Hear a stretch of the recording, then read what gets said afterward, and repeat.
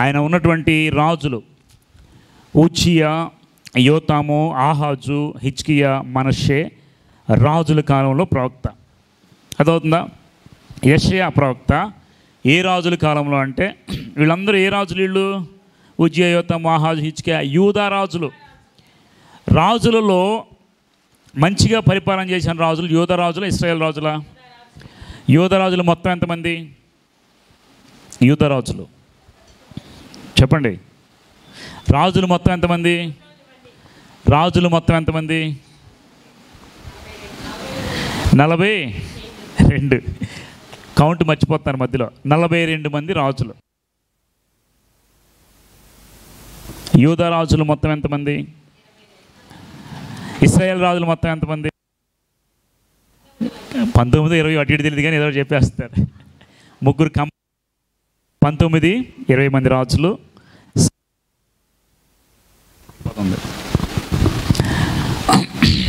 తర్వాత యెషయా రాజు దాదాపు 60 ఏళ్ళ పైగా, యెషయా రాజు 60 సంవత్సరాల పైగా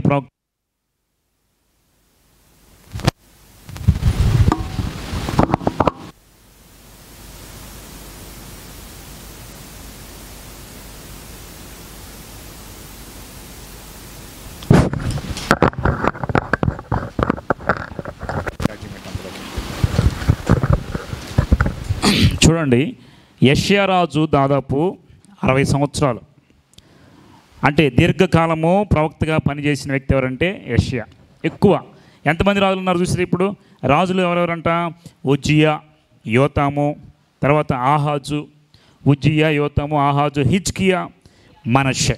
1 2 3 4 5 కింగ్స్, 5 రాజులు. ఒక్కొక్క రాజు 40 సంవత్సరాలు చేశాడు, ఒక్కొక్క రాజు 8 సంవత్సరాలు, ఒక్కొక్క 3 నెలలు చేశాడు. అంటే ఇంతమంది రాజులు మారిన ప్రవక్త యెషయా మాత్రం మారలేదు. యెషయా ప్రవక్త. ఈయన ప్రవక్తగా ఉన్నప్పుడు దేవుడు మొట్టమొదటిగా పరలోక రాజ్యము, పరలోకంలో ఆరాధన చూసిన ప్రవక్త ఎవరంటే యెషయా ప్రవక్త. యెషయా గ్రంథం 6వ అధ్యాయం చూడండి.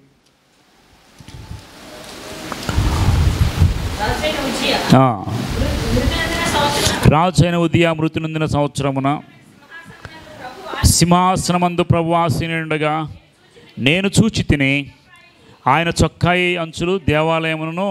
ఇక్కడ చూడండి, ఫస్ట్ ఆయన ఏం చేశాడంట? దేవుణ్ణి చూచాడు. ఎవరు? యెషయా రాజు. రాజైన ఉజ్జియా మృతి నొందిన సంవత్సరం అత్యున్నత సింహాసనమందు ప్రభువు ఆసీనుడైండగా నేను చూచి తిని ఆయన చొక్కాయి అంచులు దేవాలయమును నిండుకొని ఆయనకు పైగా శరాపులు నిలిచి ఉన్నారు. ఎవరున్నారంట? శరాపులు అంటే ఎవరు? మహాదూతలు. దూతలలో మహా శరాపులు, కెరూబులు మీకు తెలుసు కదా. వీళ్ళ దూతల్ని మహాదూతలు అంటారు వీళ్ళని. ఆయన పైగా శరాపులు నిలిచిండురి. ఒక్కొక్కరికి ఎన్ని రెక్కలు ఉన్నాయంట? 6 రెక్కలు ఉండేను. ప్రతివాడు 2 రెక్కలతో తన ముఖమును, 2తో తన కాళ్ళను కప్పుకొనొచ్చు, 2తో ఎగురుచుండెను. వారు ఏమంటున్నారంటే, సైన్యములకు అధిపతిగా యెహోవా పరిశుద్ధుడు, పరిశుద్ధుడు, పరిశుద్ధుడు, సర్వలోకము ఆయన మహిమతో నిండి ఉన్నదని గొప్ప స్వరముతో గాన ప్రతిగానములు చేయుచుండిరి. వారి కంఠ స్వరము వలన గడప కమ్ములు పునాదు కదులుచు మందిరము ధూమము చేత నిండగా. ఇప్పుడు చూద్దాం, ఇది తర్వాత చూద్దామండి. 6వ అధ్యాయంలో ఇప్పుడు ఏం రాయబడిందంటే, ఆయన ఉజ్జియా మృతి నొందిన తర్వాత సంవత్సరమున ఈయన ఏం చేసిన? అత్యున్నతమైన సింహాసనం ముందు ప్రభువు ఆసీనుండగా నేను చూచి తిని. దేవుణ్ణి చూచిన ప్రవక్త. దేవుణ్ణి డైరెక్ట్గా ఆయన స్వరము విని ఆయన వెనుక భాగాన్ని చూసింది ఎవరు? మోషే. తర్వాత దేవునిని చూచి ఆయన చొక్కాయి దేవాలయం మంచు వరకు వచ్చి పరలోకములో ఎలాగుంటాడో మొత్తం చూసింది ఎవరు? యెషయా చూడకపోతే పరలోకం ఎలా ఉంటుందో మనకు తెలిసేది కాదు. ఆయన చూసినప్పుడు అక్కడ శరాపులు నిలిచి ఉన్నారంట. వారిలో ఎలా ఉన్నారంటే ఒక్కొక్కరికి ఎన్ని రెక్కలు ఉన్నాయంట? ఇప్పుడు చాలామంది దూతకి ఎన్ని రెక్కలు ఉంటాయి అనుకుంటారు మీరు? 2 పెడతారు మీరు. 6 రెక్కలు ఉన్నాయంట. ఒక దూతకి ఎన్ని రెక్కలు ఉంటాయి? 6 రెక్కలు. ఇప్పుడు దూతలు స్త్రీలా పురుషులా? దేవుణ్ణి ఏమంటాము? ఆయన అని పిలుస్తాం కదా. ఓకే, ఇప్పుడు ఈ దూతల గురించి ఆలోచిస్తే దూతలు స్త్రీలా పురుషులా చెప్పండి? అటు స్త్రీ కాదు, పురుషుడు. కానీ బైబిల్ గ్రంథంలో లిఖించబడి రాయబడినప్పుడు ఇక్కడ చూడండి, ఒక్కొక్కరికి 6 రెక్కలను ప్రతివాడు అంటే స్త్రీగా సంబోధించలేదు, కానీ దూతను వాడు, ప్రతివాడు అంటే అక్కడ మేల్స్గా, అంటే అతను మేల్ కాదు, ఫీమేల్ కాదు, వాడు అని సంబోధించారు. ప్రతివాడు 2 రెక్కలతో తన ముఖమును, 2తో తన కాళ్ళను కప్పుకోవచ్చు, 2తో. ఇప్పుడు దూతలు ఎందుకు ముఖం కప్పుకున్నారు? 2 రెక్కలతో ఎందుకు ముఖం కప్పుకున్నారు? దేవుని యొక్క వెలుగు కోటి సూర్య తేజ ప్రతిబింబంలా ఉంటుంది. యేసుక్రీస్తుని మీరు ఎప్పుడైనా చూసారంటే మనం ఎప్పుడు చూడలేదు. ఆయన ఎలా ఉంటాడంటే పరలోకములో ప్రభు మహాసింహాసనం మీద కూర్చుని ఉంటే పరలోకములో అప్పుడు ఏం జరుగుతుంది? ఆ దేవదూతలందరూ కూడా కలిసి పాడుతూ ఉంటే ఒక్కొక్క దేవదూతకి ఎన్ని రెక్కలు ఉన్నాయంట? 6 రెక్కలు ఉన్నాయి. 2 రెక్కలతో ఏం చేస్తున్నారు? కప్పుగా. ఎందుకంటే ప్రభువు నుండి వచ్చేటువంటి ఒక్కసారిగా మీ ఫేస్ మీద ఒక లైట్, ఫోకస్ లైట్ వేసిన మీరు చూడగలరా? మన కంటి చూపుతో మనం చూడలేం. కానీ దేవదూతలు మనకన్నా ఎక్కువ పవర్ఫుల్, కానీ మనకు దాసులుగా చేశాడు దేవుడు. కానీ ఆ దేవదూతలు ప్రభువుని చూడలేక 2 రెక్కలతో ఇలాగ ముఖము, అంటే దేవుని యొక్క తేజస్సు, మీరు ఆరాధించే దేవుడు, మీరు నమ్మే దేవుడు, ఏముంది అనుకునే దేవుడు చాలా చాలా గొప్పవాడు. అంటే ప్రభువు ప్రసన్నతను గురించి వివరించిన వ్యక్తి యెషయా. వినండి జాగ్రత్తగా. ఆయన వెలుగు కోటి సూర్యులను తెస్తే ఎంత ఉంటుందో, ఒక సూర్యునిలో 1,00,000 భూములు పడతాయి. ఓకే, అంత పెద్ద సూర్యుడు. ఆ సూర్యుడు కూడా ఒక నక్షత్రము, సౌర కుటుంబంలో ప్రాముఖ్యంగా ఉన్నది. ఇలాంటి సౌర కుటుంబాలు, ఇలాంటి గెలాక్సీలలో ఉన్నాయి విశ్వంలో. ఆ చిన్నదే సూర్యుడు అందులో, కానీ దాంట్లో 1,00,000 భూములు పడతాయి. ఆ సూర్యుడిని చూస్తే కోటి సూర్యుల కన్నా తేజస్సు. ఇప్పుడు ఎండ మీరు డైరెక్ట్గా సూర్యుడిని చూడగలరా? డైరెక్ట్గా ఇలా చూడండి సూర్యుడిని, ఈ లైటే చూడలేం మనం. ఓకే, మన కంటికి అంతే పవర్ ఉంది. కోటి సూర్యుడు, ఒక్క సూర్యుడినే మనం దూరం నుండి ఇన్ని లక్షల కిలోమీటర్లు ఉన్నదానే చూడలేకపోతున్నాము. కోటి సూర్య తేజస్సు కలిగిన దేవుణ్ణి చూసే శక్తి ఎవరికైనా ఉంటుందా? అంత గొప్పవాడు మన దేవుడు. కానీ ఆ దేవుడిని ఏం చేస్తాం మనం? ఏముందలే, నిర్లక్ష్యం, ఏముందలే. మన దేవుడిని చూడలేదు కదా, అందుకే మీకు ఆయన శక్తి నిజంగా తెలియదు, ఆయన పవర్ ఏంటో మనకు నిజంగా తెలియదు, కాబట్టే నిర్లక్ష్యం చేస్తున్నాం. అంత గొప్ప తేజస్సు కలిగినటువంటి దేవుణ్ణి చూడలేక దూతలు ఏం చేస్తున్నారంటే 2 రెక్కలతో కప్పుకున్నారు. 2 రెక్కలతో, ఇంకా తర్వాత ఇంకో 2 రెక్కలతో ఏం చేశారు? కాళ్ళు కూడా కప్పుకున్నారు. అంటే మొత్తం ఆయన ముందు కప్పేసుకున్నారండి. ఇంకా 2 రెక్కలతో ఏం చేస్తున్నారు? ఎగురుతూ ఉన్నారు. వాళ్ళు కుదురుగా ఇలా నిలబడి ఉండే అవకాశము, వాళ్ళు ఎగురుతూ ఉంటారు. వాళ్ళకి రెక్కలు ఇచ్చాడు దేవుడు. వాళ్ళ పని ఏంటి?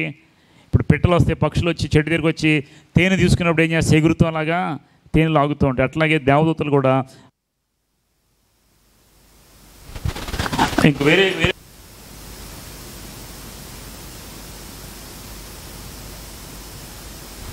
దేవుని ముందు నిలబడి, రెక్కలాడిస్తూ దేవుని ముందు నిలబడి అలాగే వారు ఉంటారు. గుర్తుపెట్టుకోండి, ఈ విధంగా దేవదూతలు దేవుని ముందు ఆయన తేజస్సును చూడలేక ఎగురుతూ. కాబట్టి ఇప్పుడు ఈ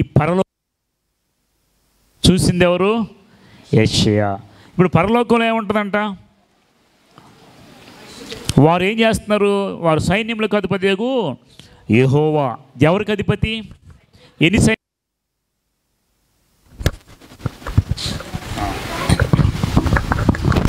సైన్యములకు అధిపతి యెహోవా. సైన్యములు, ఎన్నో సైన్యములు అండి. దేవదూతలు మొత్తం ఎంతమంది తెలుసా మీకు? దేవదూతలు ఎంతమంది తెలుసా? కొన్ని కోట్ల మంది దేవదూతలు ఒక్కసారి దేవుడు చేశాడు. భూమి మీద పడిపోయిన దేవదూతలు ఎంత శాతం అంతా? 30%. అంటే 100లో ఒక 30% దేవదూతలు అంతా లూసిఫర్ అంటే కింద పడిపోయారు. వాళ్ళందరూ ఈరోజు అనేక దేవతల పేరట మనుగడ సాగిస్తుంది వాళ్ళే, అనేక మంది దేవతలు. అయితే ఇప్పుడు ఈ దేవతలు ఏం చేస్తారంటే ప్రభువుని ఏమని పాడుతున్నారు చూడండి. పరిశుద్ధుడు పరిశుద్ధుడు పరిశుద్ధుడు, సర్వలోకమైన మహిమతో నిండి ఉన్నదని గొప్ప స్వరముతో గానము ప్రతిగానం చేయించు ఉన్నారు. ఇప్పుడు చూడండి, వాళ్ళు ప్రభువుని, ప్రభా నువ్వు గొప్పవాడివి, నువ్వు అది ఇది అంటలా, ఒకటే మాట, పరిశుద్ధుడు, హోలీ హోలీ హోలీ. దేవుడు అంట పరిశుద్ధుడు పరిశుద్ధుడు. దేవుడు అనేవాడు పరిశుద్ధుడిగా ఉండాలా, పాపిగా ఉండాలంటే 10 మందిని వివాహాలు చేసేసుకొని వాళ్ళ పిల్లల్ని కనేసి ఈ విధంగా యుద్ధాలు చేసేసి వీళ్ళు దేవుళ్ళు అని మనం పిలుచుకోవడానికి యేసుక్రీస్తును పక్కన పెట్టేస్తే వాళ్ళ గురించి మనకు అనవసరం. యేసుక్రీస్తు గురించి, మన దేవుని గురించి చెప్పాలంటే దేవుడు పరిశుద్ధుడై ఉన్నాడు. దేవుడు అంటే పరిశుద్ధంగా ఉండాలి. కాబట్టి ఆయన పరలోకంలో దేవదూతలందరూ ఆయన ఆరాధిస్తున్నారు. పరిశుద్ధుడు. దేవతలలో నీ వంటి వారు ఎవరు కూడా లేరు. ప్రముఖుడు, ప్రాధాన్యుడు, పరిశుద్ధమైన వాడు దేవుడు. కాబట్టి వాళ్ళందరూ ఏమని స్తుతిస్తున్నారంటే పరిశుద్ధుడు పరిశుద్ధుడు పరిశుద్ధుని గాన ప్రతిగానములతో, కంఠస్వరముతో వాడు దేవుణ్ణి ఆరాధన చేస్తూ ఉన్నారంట. అప్పుడు 4వ వచనం, వారి కంఠస్వరము వలన గడప కమ్ముల పునాదులు కదులుచు మందిరము ధూపము చేత నిండగా. మందిరం ఎలా ఉందంట? ధూపం అంటే ఒక విధమైన పొగ వంటి ఆవిరి, అలాగా మందిరం అంతా నిలబడిపోయింది. ఈ సిచ్యువేషన్ ఒక్కసారి మీరు ఊహించుకోండి ఎలా ఉంటుందో. వాళ్ళందరూ గాన ప్రతిగా కోట్ల మంది దేవదూతలు ఒకేసారి పరిశుద్ధుడు పరిశుద్ధుడు పరిశుద్ధుడు అంటా వారు ప్రార్థన చేస్తూ స్తుతిస్తూ ఉంటే గడప కమ్ముల భూకంపం వస్తే కనుక ఎలాగైతే కదిలిపోతాయో అలాగా కదిలిపోయి ఆ ధూపమంతా పరలోకంలో ఇలాగా వ్యాపించి ఉంది. ఇది ఒక్కసారి చేస్తారా?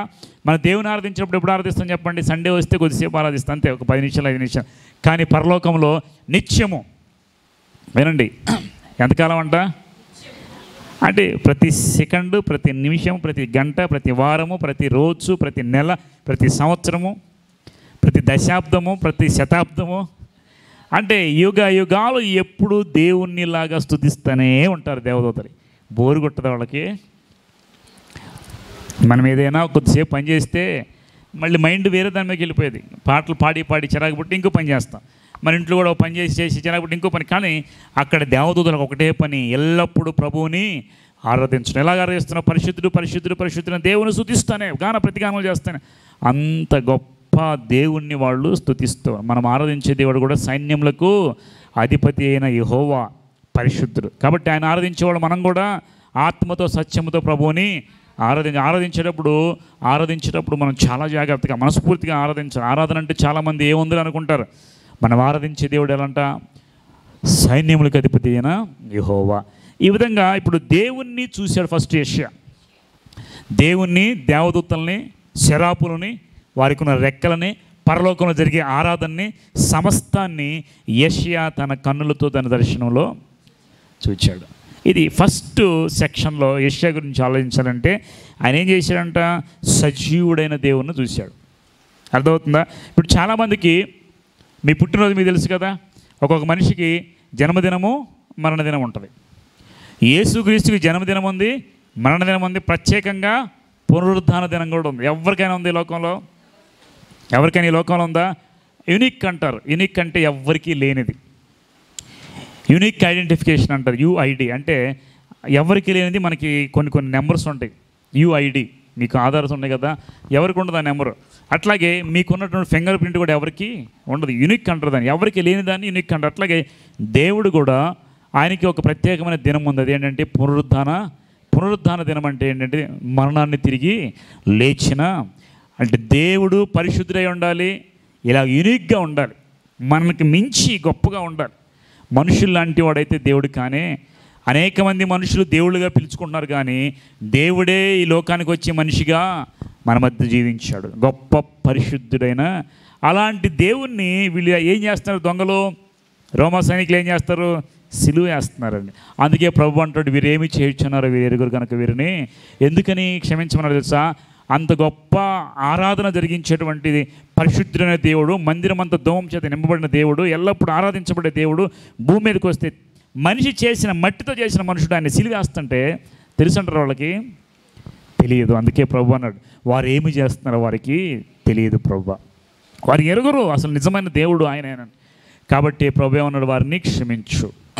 ఇక్కడ చూడండి, ఇప్పుడు ఈయన ఏం చేశాడు? పరిశుద్ధమైన దేవుడు, సర్వాంతర్యామి దేవుడు, ఈయన ప్రేమ కలిగిన వాడు, ఈయన వంటి వారు ఈ లోకంలో ఎవరు కూడా లేరని యెషయా ద్వారానే లోకానికి తెలియబడింది. ఇప్పుడు మొట్టమొదటి పాయింట్లో యెషయా ఏం చేశాడు? దేవుణ్ణి చూశాడంట. సెకండ్ పాయింట్ గురించి మనం ఆలోచించుకుందాం. రెండో పాయింట్ వచ్చేసరికి యెషయా ఏం చేశాడు? ఇప్పుడు దేవుని చూసి డిసైడ్ అయిపోయాడు. ఇప్పుడు ఆయనకి ఏమర్థమైంది తెలుసా? 5వ వచనం చూడండి. నేను అపవిత్రమైన పెదవులు గలవాడను, అపవిత్రమైన పెదవులు గల జనుల మధ్యను నివసించువాడను, నేను నశించి తిని రాజును సైన్యములకు అధిపతి యెహోవాను నేను కన్నులారా చూచితిని అనుకుంటుని. శరాపులనొకడు తాను బలిపీఠం మీద నుండి కారుతో తీసిన నిప్పును నా యొద్దకు ఎగిరి వచ్చి నా నోటికి దాన్ని తగిలించాను. ఇది నీ పెదవులకు తగిలిన కనుక నీ పాపమునకు ప్రాయశ్చిత్తమాయను, నీ దోషము తొలగిపోయాను. చాలు, వినండి. ఇప్పుడు మొదటేమో దేవుని చూశాడు, దేవుని పరలోక దర్శనం చూశాడు. ఇప్పుడు రెండోది ఏం చేశాడు? ఆయన తనను తాను చూసుకున్నాడంట. ఎవరు? యెషయా. దేవుణ్ణి చూడగానే ఇప్పుడు ఇతనికి అర్థమైపోయింది, నేను ఎలాంటి వాడిని, అంత గొప్ప వ్యక్తిని, అంత గొప్ప దేవుణ్ణి చూసేందుకు, ఆయన పేరు కూడా మాట్లాడేందుకు నాకు అర్హత అనేది లేదు. మీకు తెలుసా, పాత నిబంధన గ్రంథంలో దేవుని పేరు చెప్పడానికి కూడా అర్హులు కాదు. నోటితో ఉచ్చరించేవాళ్ళు కాదు, తండ్రి అని కూడా పిలిచేవాళ్ళు కాదు. నోటితో నీ దేవుడిని యెహోవా నామమును వ్యర్థముగా ఉచ్చరించకూడదని వాక్యంలో ఉంది. అంటే దేవుని నామానికి పేరు చెప్పడానికి కూడా మనకేం లేదంట, యోగ్యత, అర్హత లేదు. నిజంగా చెప్పాలంటే ఇప్పుడు ఆ దేవుని మహిమను చూసిన తర్వాత మిమ్మల్ని అడుగుతా ఒక ప్రశ్న, మీరే అలాంటి దర్శనాన్ని కళ్ళారా చూశారు, ఒక పెద్ద 70 mm చూశారు అనుకోండి, మీకేమనిపించింది? అయ్యో ఎంత గొప్ప దేవుడా, నేను మంచివాడిని కాదు ప్రభువా, నేను మంచిదాన్ని కాదు. అలాగే యెషయా కూడా ఆ దర్శనము దేవుని గొప్పతనాన్ని చూసిన తర్వాత, అయ్యో నేను అపవిత్రమైన పెదవులు గలవాడను, నేను అపవిత్రమైన పెదవులు గలవాడను, అపవిత్రమైన పెదవులు గల జనుల మధ్యను. ఇప్పుడు నేను అపవిత్రమైన పెదవులు గలవాడను, నా పక్కనే ఉండే జనాంగం కూడా అపవిత్రమైన జనాంగమే. కాబట్టి నేను నశించి తిని రాజును సైన్యములతో యెహోవాను నేను కన్నులారా. దేవుని చూస్తే నేను నశించిపోయి, అంటే మనం ఎవరమో మనకు అర్థమైపోయింది. చిన్న నలి లాంటి, ధూళి లాంటి వాళ్ళం అండి. దూతలు ఎంత గొప్పగా ఉన్నాయి, పరలోకంలో ఎంత గొప్పగా ఆరాధన జరుగుతుంది, ఎంత చక్కగా ఉంది. అవన్నీ చూసిన తర్వాత యెషయాకి అనిపించింది, ఇదిగో నేను అపవిత్రమైన పెదవులు కలవాడను ప్రభువా. ఇప్పుడు ఏమన్నాడు ఆయన? అప్పుడు శరాపుల్లో ఒకడు తన బలిపీఠం మీద నుండి కారుతో నిప్పును చేత పట్టుకొని నా యొద్దకు ఎగిరి వచ్చి నా నోటికి దాన్ని తగిలించాడు. ఇప్పుడు చూడండి ఏం జరిగింది. ఎప్పుడైతే నేను అపవిత్రమైన పెదవులు గలవాడిని అనుకున్నాడో, దేవుడు వెంటనే శరాపుల్లో ఒకటి పంపించాడు. ఏం తెచ్చాడు? నిప్పుతో కాలుతున్న దాన్ని తీసుకొచ్చి పెదవులు కంటించాడు. పెదవులు కంటించగానే పెదవులు ఇప్పుడు ఏమైనాయి అంట? పరిశుద్ధపరచబడ్డాయి.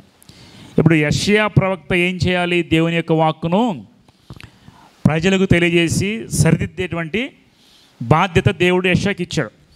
మరి అలాంటప్పుడు ఆయన పెదవులు పరిశుద్ధంగా ఉండాలని దేవుడు ఏం చేశాడంటే, నిప్పును తీసుకొచ్చి, కారు నిప్పును తీసుకొచ్చి ఆయన పెదవులు కంటించగా ఇప్పుడు ఆయన పెదవులు ఏమైపోయినాయంట? పరిశుద్ధపరచబడ్డాయి. పాపములకు ఏమైంది? ప్రాయశ్చిత్తమైంది. దోషములు కూడా ఇప్పుడు చూడండి, ప్రభువుని ప్రకటించుటకు, దేవుని మాటలు చెప్పుటకు, దేవుని దగ్గరికి రావటకు మన పెదవులు ఎలా ఉండాలంట?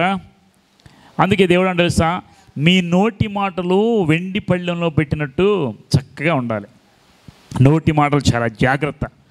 ఈ నోటితోనే తొందరపడి ఈ నోటితోనే ఇష్టానుసారంగా మనము మాట్లాడేస్తాం, ఈ నోటితోనే ఏది పెడితే చేసేస్తాం. దేవుడు సృష్టిని కలుగమని చెప్పినప్పుడు, ఇదిగో ఆకాశం భూమి వేరుపడునుగాక, నీరు భూమి వేరుపడునుగాక, భూమి మొలిపించేటువంటి మొక్కలు పుట్టునుగాక. దేవుడు తన నోటి మాటతో ఏం చేశాడు? అన్నిటినీ సృష్టించాడు, సమస్తాన్ని. అంటే నోటికి అంత పవర్ ఉంది. ఇప్పుడు దేవుని పోలికలో చేయబడ్డాం కదా. ఇప్పుడు పశువులు, పక్షులు, జంతువులు మాట్లాడగలవా? అవి మాట్లాడలేవు. కేవలం మనిషి మాత్రమే మాట్లాడాలి. ఎందుకని మాట్లాడగల మనిషి మాత్రమే? నువ్వు ఏ పోలికలో చేయబడ్డావు? దేవుని పోలికలో. అవును కదా. దేవుడు నరుని చేద్దాం మన స్వరూపం ఉంది అనుకున్నాడు, మనిషిని చేశాడు. ఇప్పుడు ఏది మాట్లాడు సృష్టిలో? మనిషి ఒక్కడు ఎందుకు మాట్లాడుతానో తెలుసా? దేవుడు తన పోలిక చొప్పున. కాబట్టి దేవుని మాట చొప్పున అన్ని సృష్టించిన మనము ఆయన బిడ్డలకు పుట్టాం కాబట్టి మన మాట కూడా స్పష్టంగానూ పవిత్రముగాను ఉండాలి. అందుకే యెషయా అన్నాడు, ప్రభా నేను అపవిత్రమైన పెదవులు గలవాడను, కనికరించు ప్రభా. ఎప్పుడైతే ప్రార్థన చేశాడో వెంటనే ఒక నిప్పు వచ్చేసి తన పెదవుల్ని పరిశుద్ధపరి, తన పాపములన్నిటి కూడా ఏమైపోయాయి. ఇప్పుడు హిజ్కియా ఉన్నాడు కదా, యెషయా వెళ్ళినప్పుడు హిజ్కియా అంటాడు కదా, ప్రభా నీ ఎదురు నేను ఎలాగో జీవించాను నీకు తెలుసు కదా, నన్ను కృపతో జ్ఞాపకం చేసుకొని ఎప్పుడైతే పశ్చాత్తాపడి ప్రార్థన చేస్తాడో దేవుని దగ్గర ఉండే వచ్చింది. ఇప్పుడు వాక్కు వచ్చేసింది, నీకు మరలా నేను ఆయుష్ను, నీకు జీవ మరణములు దేని వశమంట, నాలుక, జీవము మరణం. అంటే నువ్వు పరలోకం వెళ్ళాలన్నా నరకం వెళ్ళాలన్నా నీ నోటిలోనే. దేవుడు అందరిని చక్కగా పుట్టించాడు, అందరికీ అన్ని ఈవులు ఇచ్చాడు, కానీ ఎవరికి వారు డిసైడ్ చేసుకుంటారు ఎక్కడికి వెళ్ళాలి. దేని ద్వారా అంట, నోటి ద్వారా. కాబట్టి ఈ నోరు జాగ్రత్త. యెషయా మనకు చెప్తున్నాడు, యెషయా సైతమే నోటిని సరి చేసుకున్నాడు. మనం కూడా ఏం చేయాలి ఇప్పుడు, ప్రభువుని అడగండి, ప్రభు నా నోటిని పరిశుద్ధపరచండి, నా నాలుక. ఇప్పుడు ఒక అడవిని తగలబెట్టాలంటే ఏం కావాలి, ఒక అగ్గిపుల్ల సరిపోతుంది. అలాగే నాలుక దానికన్నా చాలా ఘోరమైందంట. అగ్ని, నాలుకను దేంతో పోల్చాడు, అగ్నితో. ఈ నాలుకతో అగ్ని మనం ఎలాగ రాజేస్తామో అట్లాగే పరలోకం వెళ్ళడానికి ఉపయోగపడుతుంది, నరకం వెళ్ళడానికి కూడా ఈ నాలుకే. చుక్కాని లాంటిది, ఇటు తిప్పితే అటు, పడవకి చుక్కాన్ని ఎలాగో ఇటు తిప్పితే అటు ప్రయాణం చేసినట్టు మన జీవితాన్ని నిర్ధారించేది ఏంటంట, మన యొక్క నాలుక. యెషయా అందుకే, ప్రభా నేను అపవిత్రమైన పెదవులు గలవాడను, నా పెదవులను కాల్చమని అడిగితే నిప్పు వచ్చి దేవుని దగ్గర ఉండి ఆయన్ని పాపము తొలగించి స్వస్థపరిచి వెళ్ళిపోయింది.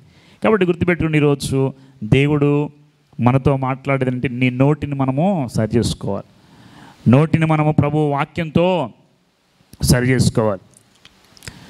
జీవమరణములు నాలుక వశము, మంచి దినములు చూరగూడ వారు ఏం చేయాలంట,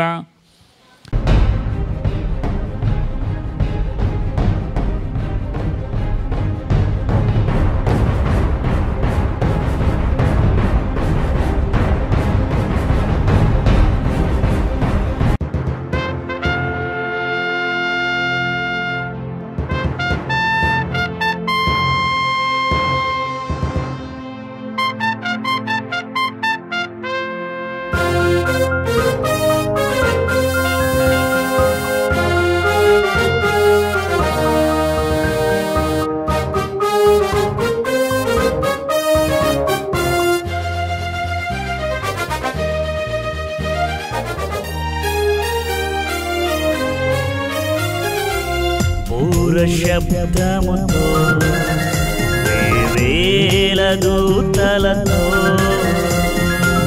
పూర శబ్దముతో వేవేల దూతలతో, మేఘాల మీద యేసు వచ్చుచున్నాడు, మేఘాల మీద యేసు వచ్చుచున్నాడు. ఏ దినమో ఏ గడియో ఏ జామున వచ్చునో, మెలకువగా నుండి నీవు యేసుని చేరుమా. ఏ దినమో ఏ గడియో ఏ జామున వచ్చునో, మెలకువగా నుండి నీవు యేసుని చేరుమా. పూర శబ్దముతో వేవేల దూతలతో, పూర శబ్దముతో వేవేల దూతలతో,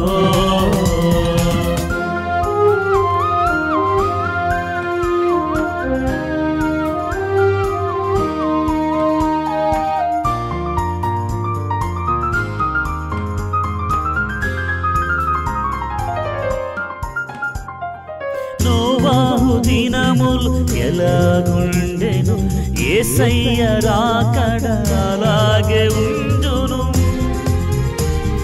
నోవాహు దినములు ఎలాగుండెను, యేసయ్య రాకడ అలాగే ఉండును. పాపము బహు విస్తరించి సువార్తనే విడిచి, తినుచు త్రాగుచు పెండికిచ్చుచు దేవునినే మరచి, జల ప్రళయము వచ్చి వారిని ముంచివేయు వరకు, జల ప్రళయము వచ్చి వారిని ముంచివేయు వరకు, ఎవ్వరును ఎరుగకనే నశించిపోయిరి, ఎవ్వరును ఎరుగకనే నశించిపోయిరి.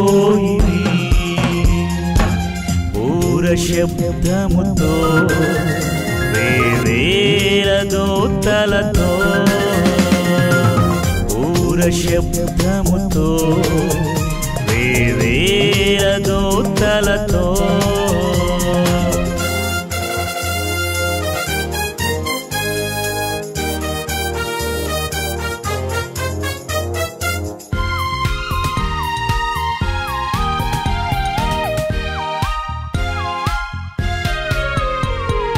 రెప్పపాటులో ఉన్న చోటునే ఎత్తబడెదవు సిద్ధపడినచో, రెప్పపాటులో ఉన్న చోటునే ఎత్తబడెదవు సిద్ధపడినచో, ఏడేండ్లలో ఆ శ్రమలలో చిక్కబడెదవు నీవు, విడువబడినచో ఎంత ఏడ్చినా తప్పించుకోలేవు. సమయము నీకుండగానే మార్చుకో జీవితం, సమయము నీకుండగానే మార్చుకో జీవితం, బుద్ధిగల కల్యకవై సిద్ధపడుము నీవు, బుద్ధిగల కన్యకవై సిద్ధపడుము నీవు. పూర శబ్దముతో వేవేల దూతలతో, పూర శబ్దముతో వేవేల దూతలతో, మేఘాల మీద యేసు వచ్చుచున్నాడు, మేఘాల మీద యేసు వచ్చుచున్నాడు. ఏ దినమో ఏ గడియో ఏ జామున వచ్చునో, మెళకువగా నుండి నీవు యేసుని చేరుమా. ఏ దినమో ఏ గడియో ఏ జామున వచ్చునో, మెళకువగా నుండి నీవు యేసుని చేరుమా. పూర శబ్దముతో వేవేల దూతలతో, పూర శబ్దముతో వేవేల దూతలతో,